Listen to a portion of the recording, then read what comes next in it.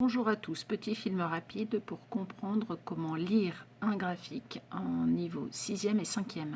Donc vous prenez votre livret d'SVT et vous allez sur la page 3 sur laquelle vous allez pouvoir retrouver ce document. On vous demande d'abord ce qu'indique l'axe vertical et l'axe horizontal sur ce graphique. On appelle ça des variables. Et il faut pour cela préciser les unités.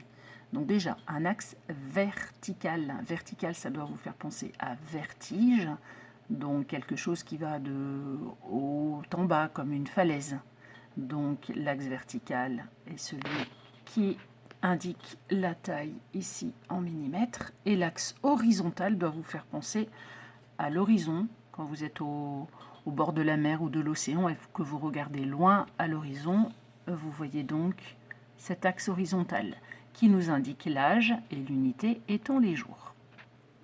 Voilà, donc on a noté les réponses, mais cela ne suffit pas, parce qu'on ne sait pas de quoi on parle. Donc il faut toujours préciser la taille en millimètres. Mais de quoi parle-t-on?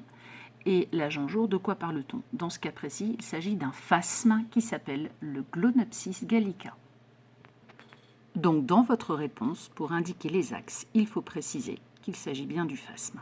Pour la deuxième question, on vous demande de mettre un titre à ce graphique. Alors c'est une formule un petit peu de cuisine que vous allez devoir appliquer à partir de maintenant et pour longtemps.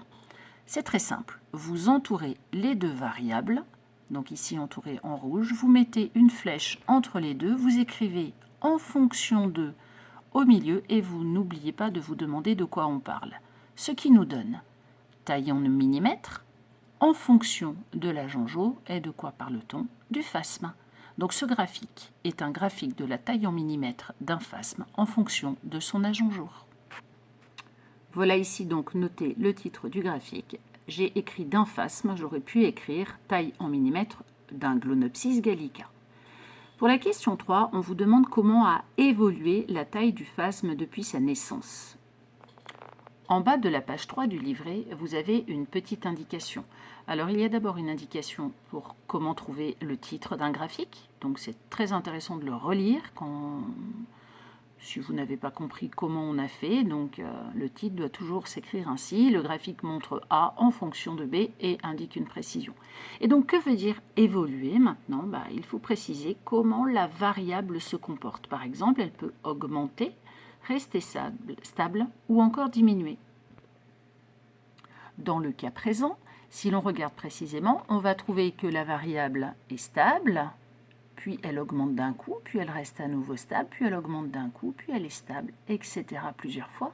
Mais l'allure générale de la courbe nous montre que la taille du phasme a augmenté. Donc ce n'est pas la courbe qui augmente, c'est la taille en millimètres du phasme qui a augmenté. Après, vous pouvez préciser qu'elle a augmenté par palier, c'est-à-dire de façon non régulière. Voilà, donc la taille du phasme a augmenté par palier. Pour la question suivante, on vous demande de compléter un tableau. D'un côté, il y a l'âge en jours du phasme, de l'autre, la taille en millimètres. Et vous avez des indications. Si la taille manque, il faut la trouver à l'aide de son âge. Prenons l'exemple d'un phasme qui a 10 jours. S'il a 10 jours, nous nous trouvons ici. 10 jours. Vous allez donc prendre votre règle et tracer un trait vertical qui va monter ainsi jusqu'à la courbe.